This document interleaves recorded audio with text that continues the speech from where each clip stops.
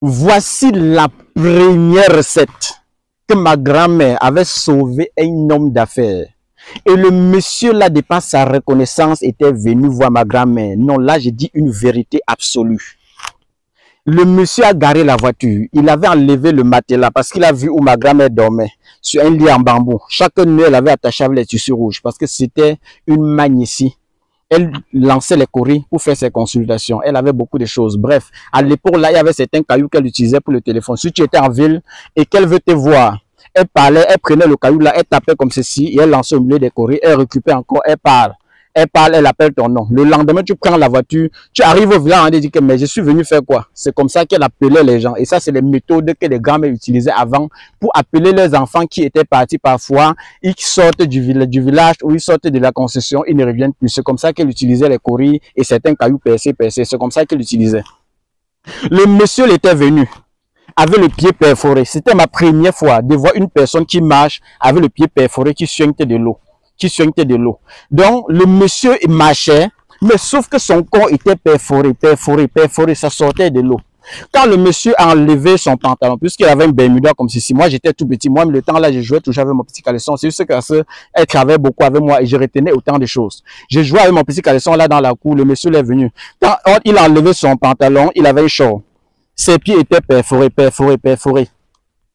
La grand-mère dit que, ah, je connais ça. Elle a parlé le nom de ça en autre langue. Et maintenant, j'ai compris que c'est quand je grandis que je comprends que c'était le zona. C'était le zona que le monsieur avait. Et la grand-mère a utilisé un terme. Que ça, c'est la maladie du palmier.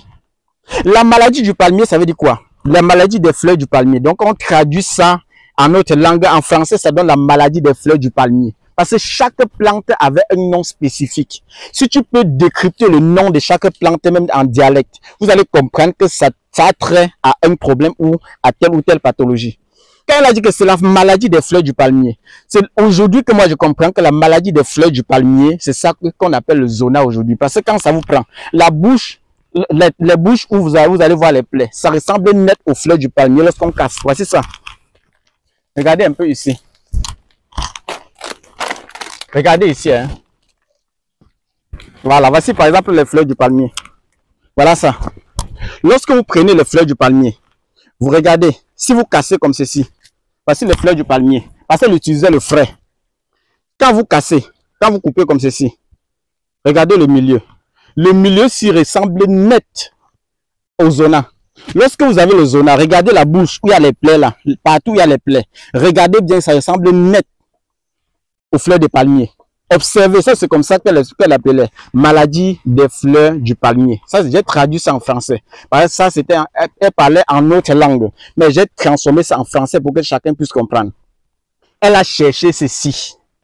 Ma grand-mère avait cherché ça frais. Elle a cherché la plante ici, là. Viens. Elle avait cherché ça. Elle avait cherché ça. Tout le monde connaît déjà. Chromelina odorata. Voilà ça. Elle avait cherché ça. Elle a cherché le roi des herbes. Voilà les trois plantes qu'elle avait cherchées. Elle avait cherché ceci. Chromelina odorata. Elle a cherché ça. Les fleurs du palmier à huile. Et puis elle a cherché le roi des herbes. La grand-mère dit que mettez tout ça dans le mortier. Parce qu'il y avait un grand mortier traditionnel là.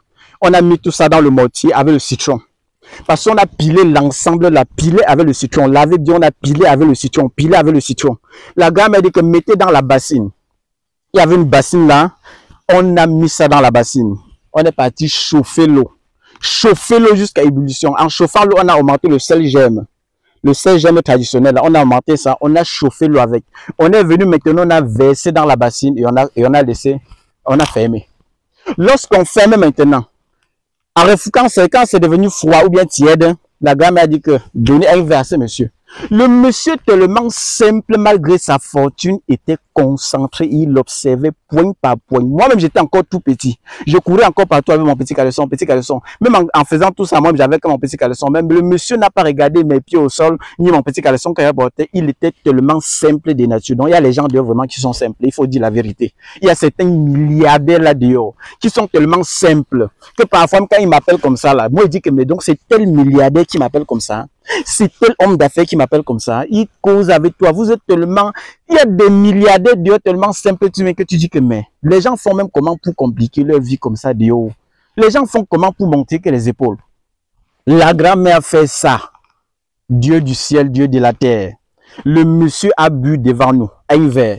La mère grand-mère a mis le reste dans le bidon. Et elle a demandé au monsieur, arrivé chez toi, tu mets le reste au frais. Et tu vas répéter, on a encore cherché les plantes, là on a donné au monsieur.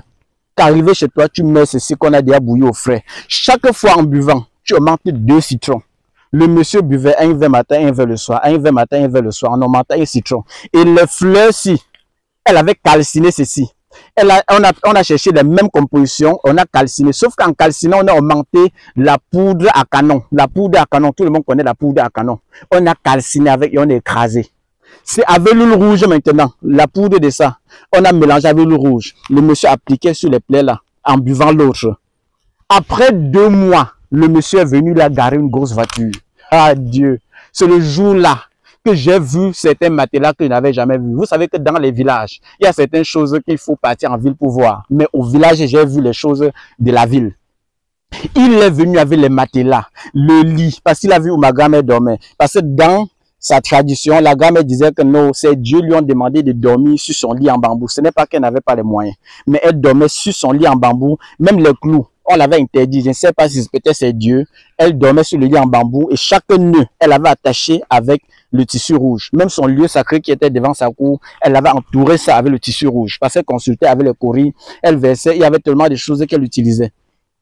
Le monsieur est venu avec le lit, matelas, les sacs de riz, les bidons d'huile, les cartons de savon, tellement de choses on a déposées dans la cour. Avec les biscuits pour nous les enfants, parce qu'on était encore petits. Nous on a mangé, on a mangé. La seule chose qui a aussi attiré mon attention, c'est de voir une bosse, comme aujourd'hui on appelle les bobos. Parce que garer la voiture là au carrefour avant de serpenter la petite piste, la serpenter pour venir chez nous. Parce que traverser le marécage pour arriver chez la grand-mère, il fallait enlever les chaussures. Soit tu enlèves les chaussures, soit tu entres seulement dans l'eau. Parce que le pont était petit, quand il pleuvait, ça débordait. Quand le monsieur est venu, c'est par là qu'il passait que il arrive chez nous. On a déchiré tout ça, on a déposé. On a donné le lit à la grand-mère, elle a pris tous les autres. Elle a déposé chez elle. Mais le lit, elle a dit qu'elle ne touchait pas mon lit. Et elle a donné les explications pourquoi son lit est intact. Le monsieur a compris pourquoi elle doit toujours continuer à dormir sur le lit à bambou, malgré qu'il a donné le lit normal avec le matelas. Le lit là, on a plutôt donné à la voisine qui était à côté. Et les autres choses, on a essayé de partager. On a fait la fête de tout et tout. Donc, pour vous dire quoi? Que dans la nature, il y a tellement de choses. Si vous avez eu la grâce, s'il vous plaît, de naître dans une famille où on vous a inculqué certaines choses, partagez pour sauver des vies. C'est très important. Partagez pour sauver des vies. Aujourd'hui, quand on partage tellement de choses comme ça pour sauver des vies, les gens ne comprennent pas. Les gens se disent que non, en cachant, tout le monde va venir que vers moi payer le médicament. En cachant, tout le monde va venir. Ce n'est pas ça. Même si tu as le plus meilleur médicament du monde et que tu caches tout, tu vends tout ça seul, tu ne peux même pas servir toute une nation seule. Tu ne peux pas. C'est pour cette raison que vous allez voir dans une même ville ou bien dans un même quartier. Même comptez le nombre, comptez les hôpitaux que vous allez voir.